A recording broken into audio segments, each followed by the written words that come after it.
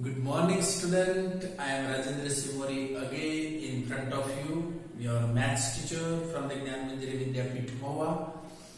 In class 10th, we are just coming back over here because we just recently completed our unit test, and I hope so that everyone give the very best your unit test. Now we should start from whatever the interleaved concepts. Already we have to discuss at the last session.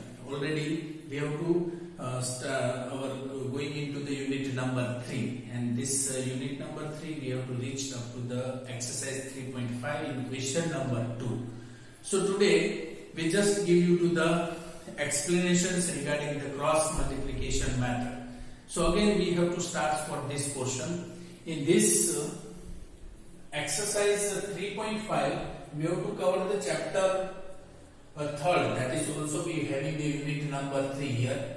In this, we have to using the question number 2, and this question number 2 is something different because of it having some description questions inside. So it has two Romans basically in question number 2. Among them, the first questions I want to explain in front of you. First Roman is suggesting that whatever the question is that for which values of A and B, that is given in your textbook also. So you can also refer the textbook. For which values of A and B does the following pair of linear equation have an infinite number of solutions? So here given the one clue is that infinite solution. So we keep in our mind that we have to using three conditions for each linear pair of equations. Among them, these infinite solutions, all A1 upon A2 is equal to B1 upon B2 is equal to C1 upon C2, all are equal. So we get the infinite solution, that we know. Is it clear? इसके लिए हमें क्या condition है? हमें पता है कि infinite solutions के लिए we have using one condition. That condition is concerned that A1 divided by A2 is equal to B1 divided by B2 is equal to C1 divided by C2. All are equal. So obviously this condition we have to mind.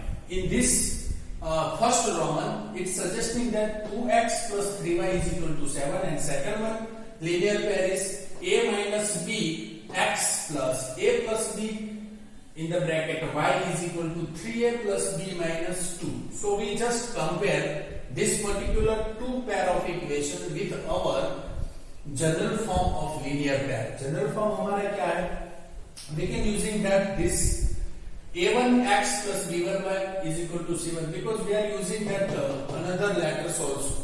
यहाँ पे मैंने capital लिया है, इसका मतलब यही है कि यहाँ पे a और b already given, so it may be having confusion. So you can also put this variable is different. So our general forms in the linear pair is suggesting that a1x plus b1y is equal to c1 and a2x plus b2y is equal to c2. Just using this with this particular given equation. अब given equations को हम compare कर रहे हैं. अब इसको compare करेंगे तो ऑब्वियसली हमें पता चल जाएगा इसको पर्टिकुलर इस इक्वेशन के साथ कंपेयर करो, that is given as 1 and this is given as 2. First equation को इसके साथ कंपेयर करो तो a1 की वैल्यू क्या हुई? 2. So we just put a1 is equal to 2. b1 obviously 3, so we have to put b1 is equal to 3, and c1 obviously 7 is there. Similar way in the equation number 2, x का coefficient यहाँ पे क्या है? A1 है, हमारा A2 है, तो A2 यहाँ पे क्या होगा? A minus B. So we write like that way. B2 having A plus B and C2 having 3A plus B minus 2. As it is, we compare. Nothing to new inside that. We just put this equation in the comparison. Now from this, you can easily cover up.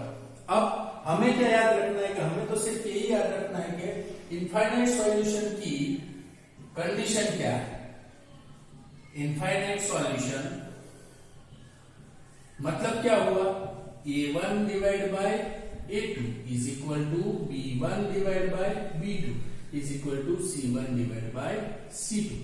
So obviously we get that things because यहाँ पे हमने A1 की जगह पे लिया है A1, so A1 A2, B1 B2 and C1 C2 like that way. So we just put all the values is put over here. You just put this all value into given infinite solution. किसमें रखनी है? इसमें रखनी है, बस आपका काम हो जाएगा. तो इतना सॉल्यूशन मुझे बताने के लिए आपको ये पोर्शंस मैंने हैंडल किया है. सो this is the question number 2. Afterwards you have to complete these things. Again, if you have not understand well, again I am telling that this is a very easy things. You have to just making the comparison with this. After comparison, you have to find out the each number's value, and then you have to remember the infinite solutions condition.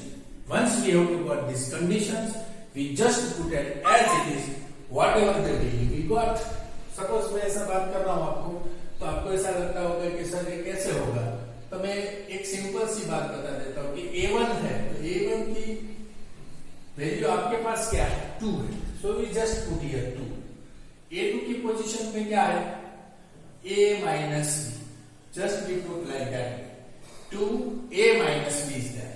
Again, we are concerned that B1. So B1 की value यहाँ पे क्या है? 3. Just we put. B2 की value यहाँ पे क्या है? A plus B. And similar way we are using C1 7 and C2 is 3A plus B minus 2. हो गया ये सब. अब यही चीज को सिंप्लीफाई करना है और कुछ है नहीं. तो I hope so that and I am very much sure that afterwards you have to complete this, isn't it? So this is also interviews portion that I discussed into the last lecture also. So in today same things you have to cover question number 1, first Roman, that is, and you have to cover first. Then after you have to go for the second one for the question number 2. Question number 2 का second Roman भी करना है और first Roman भी करना है. Is it clear?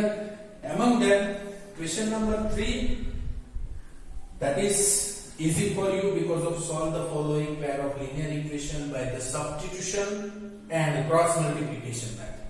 So in the homework today you have to cover question number 2, first Roman, second Roman and third one. Question number 3 भी आपको यूज करना है.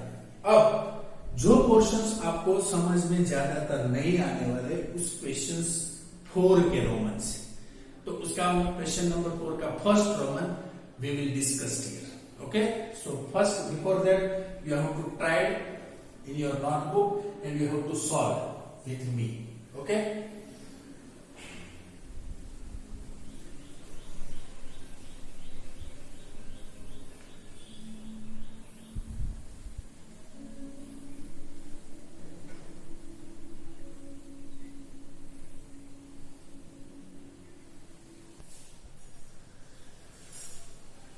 so let us move on another concept. Question number 4, that is difficult because of sometimes it is not easily get up because of all the description is given. If you have to put into the piecemeal, then it will be very easy for you, but sometimes you can't be read each and every sentences 2 or 3 or 4 times. You can't be understand what it does mean for us. ऐसा हमें कुछ महसूस होने लगता है, but it's not a harder one, it's very easy. So up to the end of this these questions I have put it, then after you have to cover. So I have already given you to that the homework that you will also be focused on to the right side of your screen in the top mode portion. That is question number 2, 1 and second Roman you have to complete it today, and then question number 3.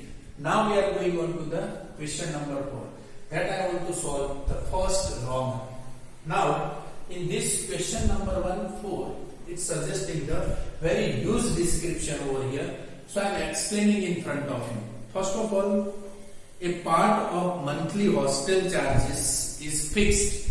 You can also open this textbook, so you can also simultaneously check this what I am telling in the front of this. Okay.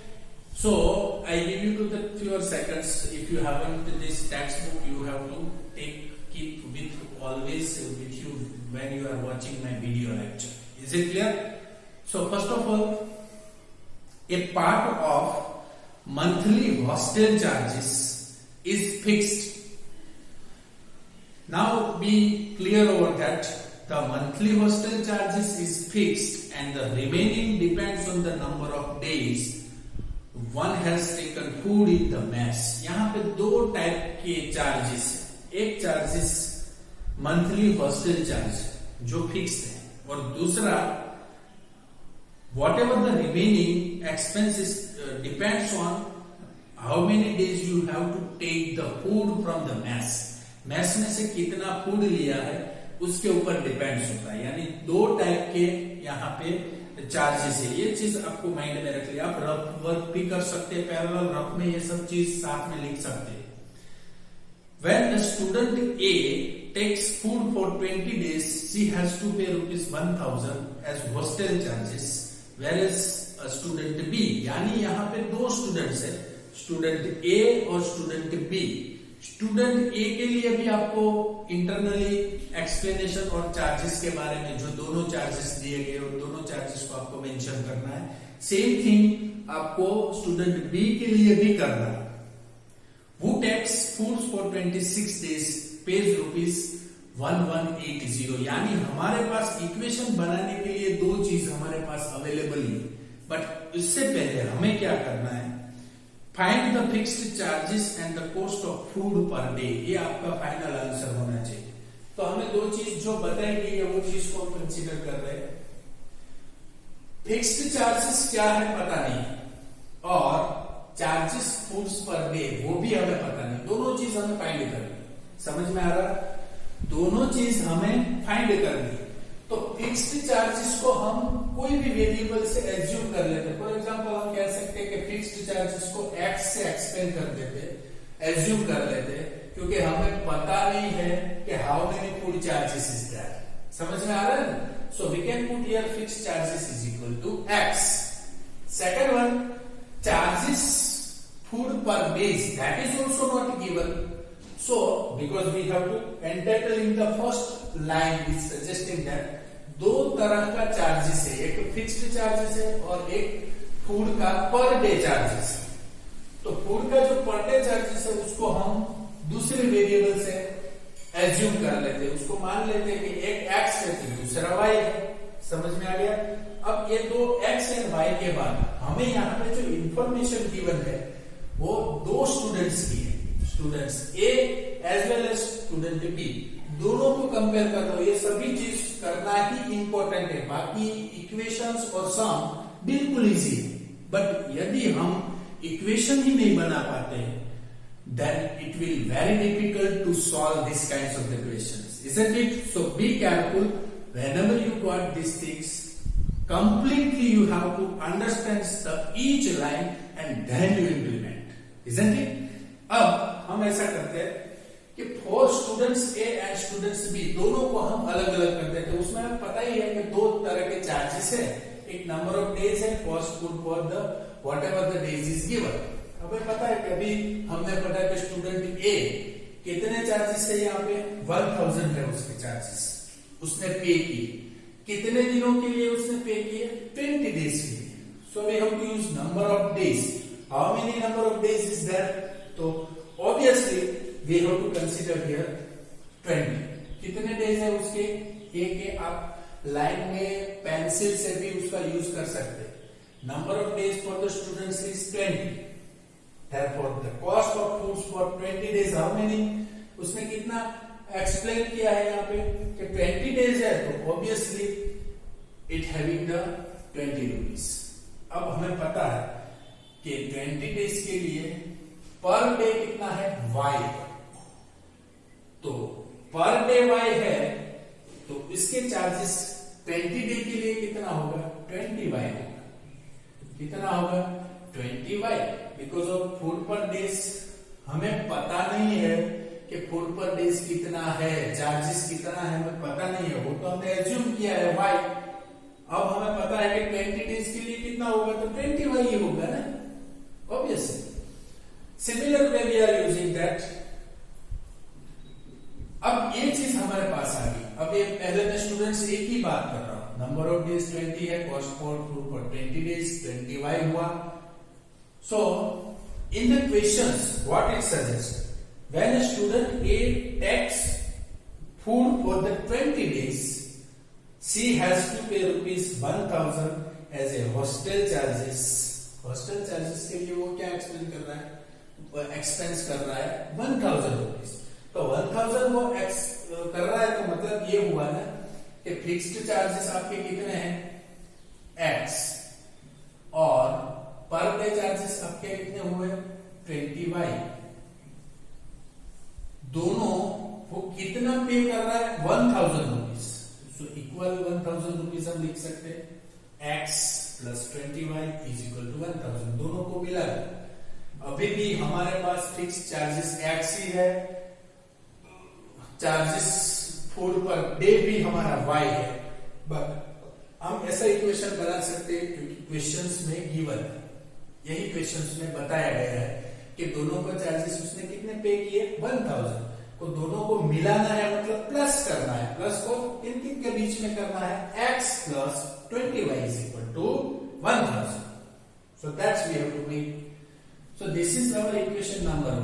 Similar way we are also applying for the student B. अब student B के लिए क्या करना है? Number of days is given here the 26. कितने किए हैं 26. और cost of the foods for 26 days we can say that 26y is there. Is it clear? As per the questions, what we have to add here, so we can say that x plus 26y is equal to कितना उसने पे किया B ने 1180 rupees as a hostel charges. तो ये हमारा हो गया सेकंड वाली इक्वेशन. अब दो इक्वेशन हमारे पास हो गए. अब दोनों इक्वेशंस को हमें कंपेयर करना है. जहां तक मैं मानता हूं किसी भी क्वेश्चंस का हार्ट जो होता है डिस्क्रिप्टिव टाइप के क्वेश्चंस का वो यहां तक होता है. समझ में आ रहा है कि जब तक हम दो इक्वेशंस के फॉर्म में नहीं रखेंगे तब तक हमारे लिए ये सॉल्यूशन सॉल्व करना बड़ा हार्ड वर्क होता है. But once we have gone through this all the descriptions, automatically we get all the solutions easy. So x plus 20y is equal to 1000 as well as x plus 26y 110 is that. Now is there any chances later on? अब हमारे पास दो आ गए. अब दो ही equation को हम सीधा रखते, कोई भी मेथड यूज कर ले तो चलता है, चलेगा. But which kinds of the portions we have to using here? अब हम यहाँ पे क्रॉस मल्टीप्लिकेशन मेथड यूज कर रहे हैं तो क्रॉस मल्टीप्लिकेशन मेथड ही सीधा यूज करो तो भी आपके लिए इजी रहेगा. तो हमारे पास दो चीज आ गई. पहली चीज हमारे लिए जो कंसिडरेशन होती है वो ये और ये. तो ये दोनों इक्वेशंस को सिंपल सा हम रखेंगे. तो x plus 20y is equal to 1000 is there and x plus 26y is equal to 1180 is there. Okay, is there any doubts regarding that? Then you can also give me the questions or you can also ask me. Okay, x plus 20y is equal to 1000, x plus 26y is equal to 1180. अब उसको compare सीधा ही कर लो. तो a1 हम इसको compare करें तो a1 के लिए हमारे पास क्या है 1, b1 के लिए हमारे पास क्या है 20 और c1 के लिए हमारे पास क्या है 1000. सिमिलर वे a2 के लिए हमारे पास क्या है 1, b2 के लिए हमारे पास क्या है 26 एंड c2 के लिए हमारे पास क्या है ऑब्वियसली 1180. अब ये चीज हमारे पास आ गई. We can directly put like that way because of we are knowing about the cross multiplication method. तो अब सीधा सा क्रॉस मल्टीप्लिकेशन मेथड में यूज करेंगे. तो हमारा आंसर यहाँ से मिल सकता है। तो this is also having the question. जो चीज मुझे बतानी है आपको, वो चीज तक यहां से आप वही चीज बड़ी आसानी से कर सकते, बट जो समझने वाला पार्ट था ये पूरा था। समझ में आ रहा है ना मैं क्या बोल रहा हूं? तो ये चीज आपको कंक्लूड करना है। तो आपका होमवर्क है वो आज बढ़ रहा है, याद रखना। आप जो जो चीज कर रहे हैं वो चीज की मेंशनिंग में यहाँ पे कर रहा हूं। क्वेश्चन नंबर 4 का 1 अभी जो यहां तक है वहां से आपको कंप्लीट करना है। तो आपका होमवर्क आज हो गया question number 2 1 second, question number 3, question number 4, इसमें भी आपको 1 कवर अप करना है। Is it clear? तो यहां तक पोर्शंस में, इस चैप्टर्स में इस मेथड्स को कंसीडर करना है। अब आगे आज के होमवर्क के बाद if you have to having any times spend और स्पेयर बचता है आज के लिए आपको, तो ही आपको क्वेश्चन नंबर 4 के रिमेनिंग 2, 3 एंड 4 करना। समझ में आ गया? That is covered up after the question number 2. Question number 4 is concerned. So question number 4 is also be using 1, 2 and remaining also be using like 2, 3rd and 4th. If you have spare time, then it will be continued. Okay. So now we are finishing this particular cross multiplication method over here. Now last we are going for the equation reducible methods. That will be sometimes also be asked into the examination. Okay, so just you have to write down these things for the few seconds and also mention in the homework.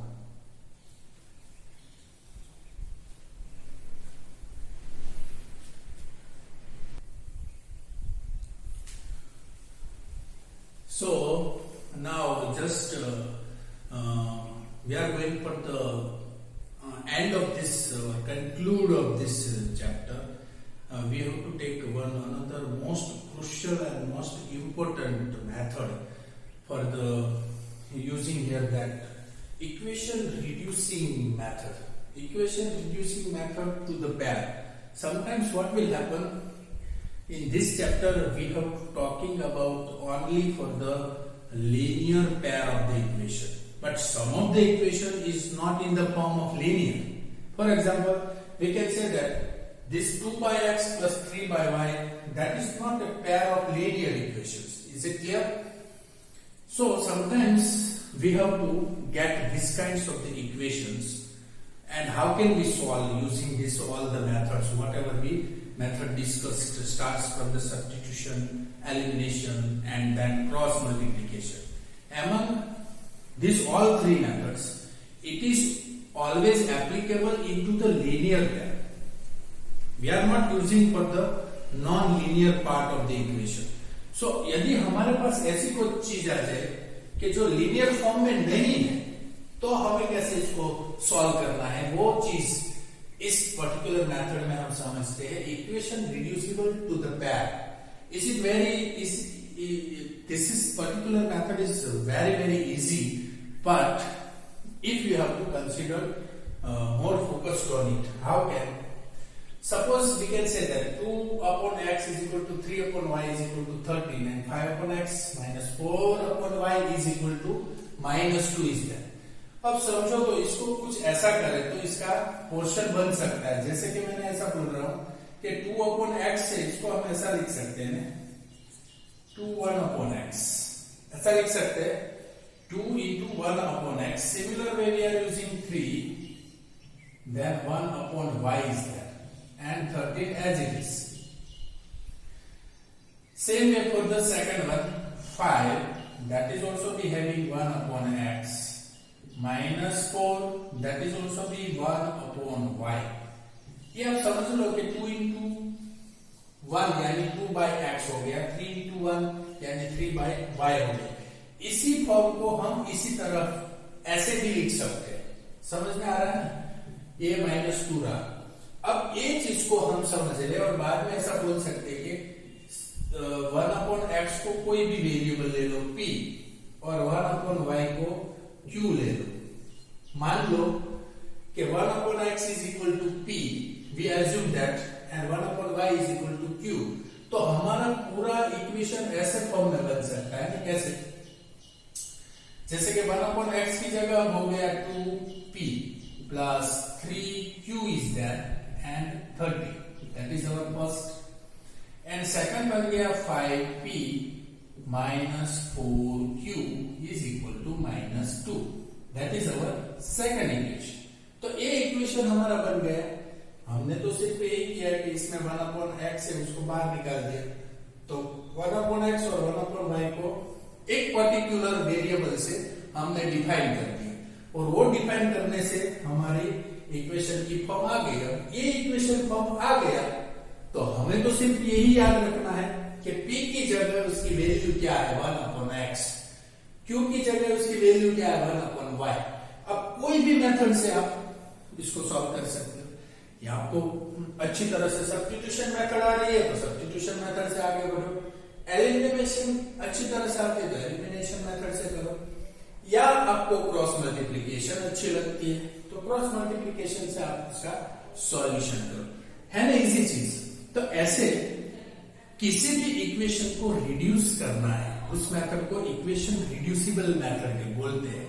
और equation reducible method sometimes in the last year March 2020 जब examination आपकी board की हुई थी उसमें यही एक question पूछा गया है।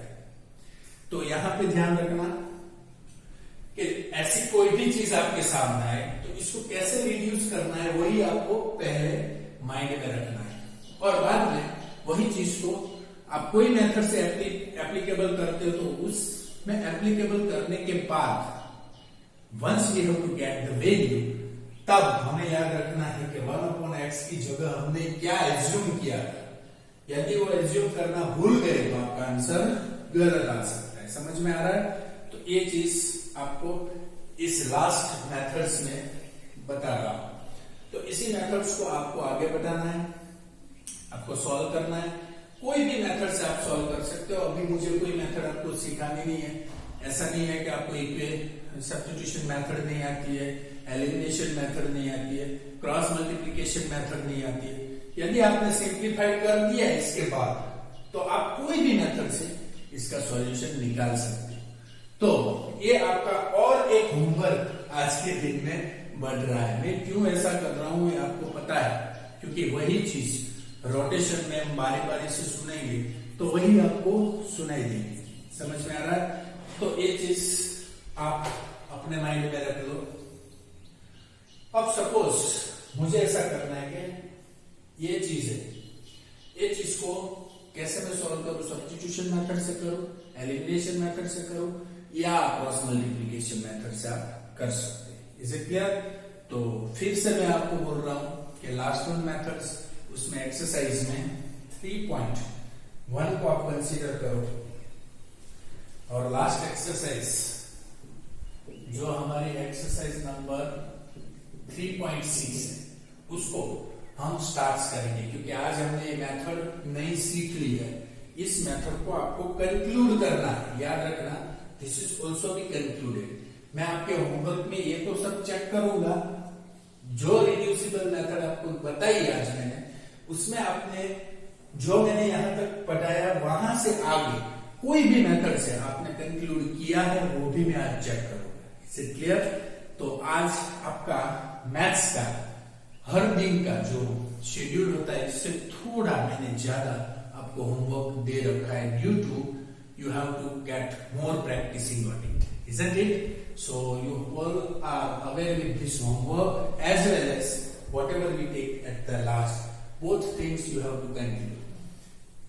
Tomorrow we just going for the exercise 3.6. Among them we have to take 1 or 2 questions from it, whatever that is harder one. Is it okay? Thank you very much for being with us, and we continue the tomorrow. We will meet into the next lecture. Thank you very much.